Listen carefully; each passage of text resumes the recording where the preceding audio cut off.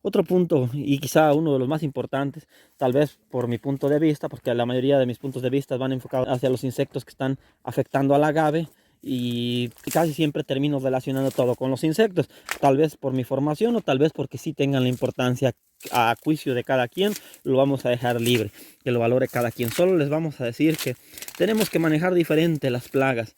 Estamos teniendo muchísimos comentarios y muchísimos mensajes de personas que están teniendo problemas serios y por no decir graves con el manejo de picudo. Igual con el picudo, no era controlarlo el picudo, era manejarlo. Era desde el inicio de la plantación no llevar ni un solo picudo en lo posible, pero de ahí se hizo mal. Lo hemos hecho mal, no crean que es una sola persona. La mayoría en algún lado tenemos un poco de picudo. Nosotros lo tenemos bajo, sin problema de alguna manera, gracias al manejo etológico mediante feromonas, degradación sintética, sinergistas vegetales, y diferentes cosas que se utilizan sin recaer en lo químico. Entonces, otro de los puntos para este 2022 va a ser cambiar la estrategia o pulirla más que cambiarla. Nunca he estado tan de acuerdo con cambiar estrategias, más bien replantear y reforzar la estrategia para poder manejar las plagas. ¿En cuál nos vamos a centrar? En las que estén realmente siendo más significativas sin descuidar el resto. En cuanto a esto, uno de los problemas más serios es el picudo del agave, porque les decía que está ampliamente relacionado con muchas cosas. ¿Por qué? Pues porque el picudo del agave es transmisor de hongo, por ejemplo, del hongo fusarium, que es causante de la famosa marchitez del agave, plaga dentro de las más importantes a nivel nacional en diferentes especies de agave. El segundo punto, que por qué es grave el picudo del agave, es porque es transmisor también de la bacteria que causa la pudrición de cogollo. Así lo vamos a encontrar, podemos encontrar información en línea complementaria, respaldo científico, ahí lo van a encontrar, de por qué decimos que es transmisor. No decimos que sea vector, son diferentes términos. Es transmisor el picudo, por ello se vuelve tan importante el picudo, no solo por los daños que hace. Luego, pasando a los daños, recuerden que tenemos daños mecánicos y daños por alimentación y oviposición que está sobre las axilas de las hojas, pero no es tan grave todavía ahí. El daño más grave es el daño que hacen de manera críptica, es decir, dentro de la piña. Es decir, imaginemos que esta es la bola y ahí están, por ejemplo, los picudos. Aquí el daño exterior pues sería muy poco relevante, a menos que mudaran al hongo o a la bacteria, y el daño sería colateral o indirecto de que la bacteria o el hongo estaría afectando o matando el cultivo. Y entonces, por no haber manejado bien el picudo, tendríamos problemas de forma indirecta, pero por hongos o bacterias. Retomando lo del picudo, pues decíamos que lo grave es que se meta a estas piñas, y luego vienen quienes nos recomiendan una diversidad de insecticidas, lo cual lo tomo mucho a juicio y debemos valorarlo bastante antes de usarlos, porque recuerden que antes de que llegue, si lo hacemos por aspersión, así sea con dron, con lo que ustedes quieran, antes de que se hayan muerto los picudos del agave que están adentro, porque les puedan decir que son sistémicos y tengan razón si hay mucho sistémico, antes de que su insecticida sistémico llegue al interior donde están los huevos, larvas, pupas y adultos, pero están alimentándose todos los estados larvales, y a la vez los adultos, tanto hembras como machos, se alimentan. Antes de que llegue ahí por el sistema vascular, que habría que ver también que sean buenos productos para poder translocar o poderse colar, filtrar, o el término que no se me viene ahorita en este momento, el término técnico, de poder penetrar en el sistema y poder llegar hacia donde están o se encuentran estos insectos. Antes de que eso pasa, ya están muertos parasitoides y depredadores posiblemente. Por ello, digo que no es replantear, no es pensar aplicaré, no, pues la aplicación es mala porque mata a los enemigos naturales. Más bien es valorar y tomar en cuenta siempre que solo cuando sea una de las últimas opciones, y siempre usar los menos agresivos a todo, al ambiente, a la salud humana, a los insectos, y siempre leer que sean productos en lo posible que no estén en la lista.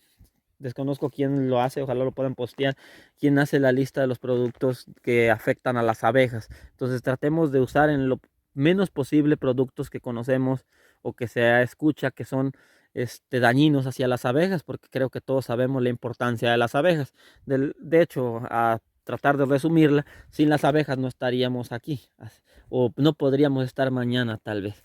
por la gran cantidad de alimentos de origen agrícola, donde las abejas son polinizadoras, además de que producen miel, que es algo todavía menor comparado con la cantidad de alimentos que dependen de la polinización por medio de insectos.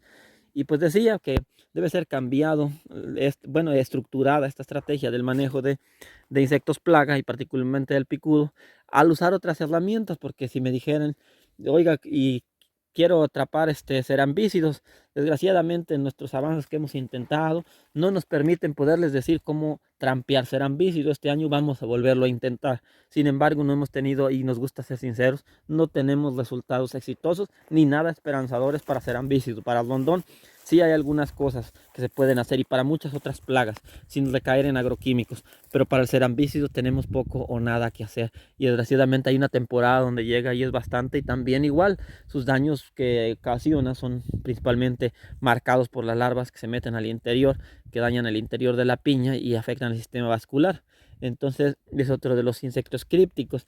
Por ello decimos que dentro de las medidas, una de las prioridades de este año, de aquí en adelante, ante el reto que suben los agroinsumos en general y ante el reto de que podrían bajar los precios y que debemos de racionar o tener con mucha cautela los costos de inversión, o más bien los montos de inversión para el cultivo, es eso, enfocarnos en todos los factores y dentro de ellos los insectos.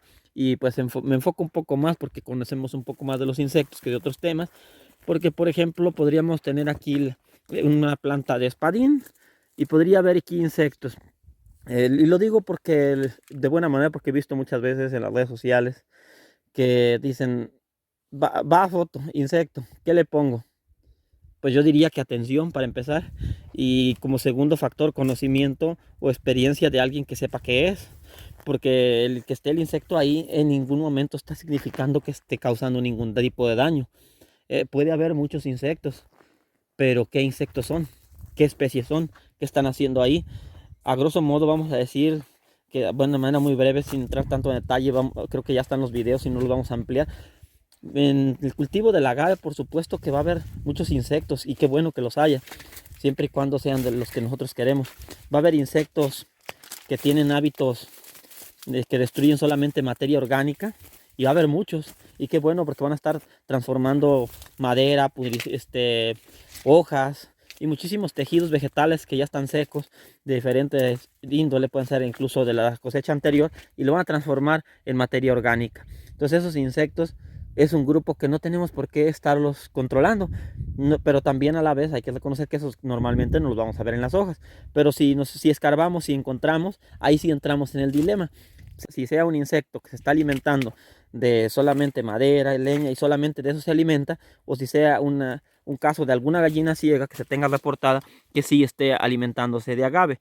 Y aquí vemos como pues hay mucha madera, a veces troncos de los matones, huizaches, teguis, muchas malezas arbustivas que van saliendo en el cultivo del agave, se van controlando, y ahí va quedando a veces esos troncos y pues es madera. Y al escarbar, por ejemplo, podríamos encontrar aquí una larva de algún insecto, pero no necesariamente vamos a tener la evidencia. Ahí tenemos que entrarle un poco más a revisar o a consultar a alguien que se dedica a eso para poder saber si ese insecto está haciendo un daño o no. Si no está haciendo ningún daño, antes que decir aplíquele esto, comercializo esto, pues sería vea si es una plaga realmente. De lo contrario, por supuesto que nada. Luego sigue otro grupo de otros insectos que por supuesto que no está nada bien andarlos controlando. Al contrario, deberíamos impulsarlos. A pesar de que el cultivo normalmente no es común encontrarlo en floración, pues va a haber muchos insectos polinizadores. Por diferentes razones van a andar en la planta, más madera, lo que decíamos, van a estar en la planta los polinizadores. Muy poco abejas, a ser sincero, poco he visto que haya abejas en los agaves, porque les reiteraba que normalmente no van a estar en floración. Pero sí, claro, cuando estén en floración, pues que los que se dejen ahí, pues sí van a andar ahí las abejas si se quiere cuidado. Y muchos otros polinizadores que son menos comunes, pues ahí andan presentes, a veces por refugio, porque está fresco entre el agave, por cualquier otra razón, y no debemos de controlarlos si no están haciendo ningún daño. Otros dos grupos más son, o podríamos dejarlo en uno y decirle los insectos entomófagos, como les llamamos en la academia. Los insectos entomófagos son aquellos que parasitan o depredan. Los que parasitan son normalmente en forma de avispas y van a buscar algún estado de desarrollo del insecto y lo van a estar controlando. Sobre todo hablo de insectos plaga, en el caso del picudo del agave y un parasitoide. Imagínense que si nosotros por el desconocimiento y la velocidad de andar apurados, no solo agarramos y posteamos una imagen que hayamos visto un parasitoide y ponemos insecto en mi agave, ¿qué le pongo? Y algún comerciante sale y pues también por las prisas de querer vender, no se fija ni qué es y nos recomienda X producto que él vende o que le dan comisiones y resulta que no se debió de haber ejecutado ninguna medida de acción contra ese pobre parasitoide. Tal vez si había algo que aplicar, era aplicarle un apoyo, alguna manera de los que se dedican al control biológico, seguramente sabrán qué podríamos o qué podemos hacer, no nos hemos metido nosotros en ese campo, para que los parasitoides puedan tener mejores condiciones. Dentro de las pocas cosas, pues a las orillas tener un poco de vegetación para que puedan estarse protegiendo de las altas temperaturas cuando se presentan los parasitoides, poder refugiarse y pues no controlar por controlar un insecto. Entonces es el caso del parasitoide, de que muchas veces por desconocimiento de los parasitoides, a veces alguien postea una foto y pues alguien que se dedica a vender, pues luego tal vez sin evidencia, pero también hay que apremiar que muchos luego dicen no había visto ese insecto, habrá que ver qué es. Y mucha gente que conoce, que se dedica a más y que tiene más experiencia y no va tanto sobre las comisiones, luego dice, pues amigo, ese no es ninguna amiga, eso no es ninguna plaga, al contrario, desprotegerlo es un parasitoide. Entonces debe ser un poco más la agricultura, más a conciencia en cuanto el cultivo del agave. Pues el otro grupo son los depredadores. A veces estos es más comúnmente que se confundan o que no se separen de las plagas. Hemos visto muchas veces que alguien postea fotos de unas escamas del agave y a veces ahí vemos, eso sí ya no está tan fácil, algunas catarinas y vemos algunos, bueno, un montonal de hormigas de diferentes grupos, grupos y especies. Y pues alguien pregunta qué aplico, tengo hormigas y tengo por ejemplo escamas, y alguien inmediato puede sugerir pues algún producto por su experiencia que ha manejado, pero si no se fija bien en la hoja y había hormigas y había catarinas, puede ser que tal vez no era tan necesario aplicar algo. Quedaría en relación, pues como siempre les he dicho, consultar a alguien que conoce si es realmente pertinente la aplicación de ese producto o de otro producto, o no lo necesita, porque algunas de esas hormigas puedan ser depredadoras de las escamas.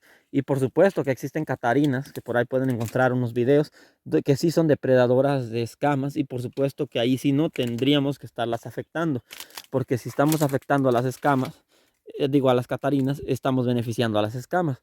Entonces ya en esa parte, que es la parte más compleja cuando juntamos la parte química con la biológica, que hay quienes a nivel nacional, algunos colegas sí han abordado eso para otros casos en otros cultivos, donde buscan la compatibilidad de los químicos con los biológicos, o un intento, por decirlo así, porque ya nos quedaría bien complicado decidir si aplicamos o no, y dependería de la gravedad.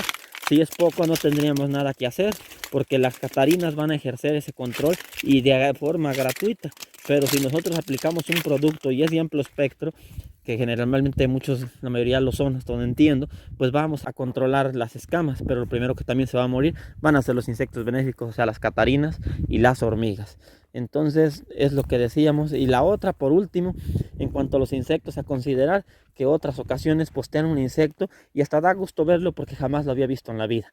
Quiere decir que no es un insecto plaga posiblemente, o habrá que determinarlo, y algunas veces vemos que son solamente insectos asociados, que ahí, porque está cerca del bosque, por cualquier otra razón, solo ahí anda en la planta y solo llegó y no es una plaga. Entonces, si es un insecto asociado, la recomendación es cero medidas de acción. ¿Por qué? Porque ese no está haciendo un daño. Si nosotros aplicamos algún insecticida, nosotros íbamos a hacer un daño ambiental, más contaminación, un daño a las finanzas del negocio, se va a empezar a afectar más la salud financiera y por supuesto a la fitosanidad del cultivo, porque le están aplicando un insecticida que va posiblemente a afectar a todos los insectos benéficos y todos los que están ahí en el ambiente, en el cultivo, y también de alguna manera va a afectar al insecto que no tendría ninguna necesidad de haber sido controlado, porque si no era plaga, no está habiendo una pertinencia ni necesidad. Bueno, ya para terminar, pues diríamos que el 2022 debemos de pensarle mucho cada vez que vamos a ejecutar una medida, mucho más que antes. Los precios podrían ir a la deriva. No vamos a meternos tanto en eso, pero quizá un tip que podría ser de utilidad es que si creen que podría bajar, mejor piensen el precio, mejor piensen en invertir a lo más bajo posible, sin descuidar, claro, la parte sustancial y básica del cultivo, pero no invertir por encima, porque si invertimos por encima de los precios que creemos que podrían ser los bajos, solo tendríamos bonitos cultivos con grandes pérdidas y mermas. Y la idea no es esa de la agricultura. Además que no es un producto totalmente que sea para consumo humano, para ponerle tanta prioridad como tal, que sí se le debe dar por lo que representa para el país. Y también por último aclarar que ojalá este 2022 ya no sea tanto un enfoque para la parte etílica, es decir, para X, Y o Z bebidas, sino que el cultivo sea más aprovechado como se entiende que se está haciendo para otros fines, desde bioplásticos y algunos productos que ya puedan ser alimenticios, no necesariamente etílicos, ya se está haciendo. Eso sí le toca principalmente a grandes empresas o a grandes sociedades que le van buscando los usos, academias y gobierno, les atañe el estar viendo posibles oportunidades nuevas para que a la vez, si hubiera o se presentara una sobreproducción, hubiera una gran cantidad de usos que no necesariamente fueran los etílicos, sino que fueran otros, y eso estaría mucho mejor, que el destino de los agaves fuera otro tipo de subproductos, que ya lo está haciendo, pero que siga incrementándose para que los precios no se estén moviendo, para que la rentabilidad no se mueva y a la vez para que sea mucho más fácil ejecutar las medidas de manejo del cultivo. Y dentro de otras cosas, ya la última que quizá no habíamos mencionado para el cambio del 2022 es que se debe pensar suficientemente cuánto plantar y dónde plantar, porque la filosofía sería más plantar poco, cuidarlo bien y tenerlo en un buen lugar estratégico y por supuesto respetando la normatividad aplicable de las denominaciones de origen dependiendo del uso que se le vaya a dar a cada agave, para no estar batallando con la normatividad a futuro. Y entonces es cuanto, nos vemos en los siguientes videos. Detalles los van a estar encontrando a lo largo de las listas que tenemos aquí en nuestro canal, y pues en su momento estaríamos atendiendo de manera sencilla y breve como lo hemos hecho las preguntas, y cuando las preguntas sean complejas serán seguramente algunos de nuestros colegas las estarán comentando, otras personas que tienen la experiencia, y de ser necesario estaríamos presentándoles otros videos complementarios a los temas, pero sí necesitamos replantear la forma de producir agave y no pensar en paquetes tecnológicos estándares, porque tenemos diferentes suelos, diferentes condiciones climáticas y diferente todo, entonces necesitamos manejar de una manera dinámica todo.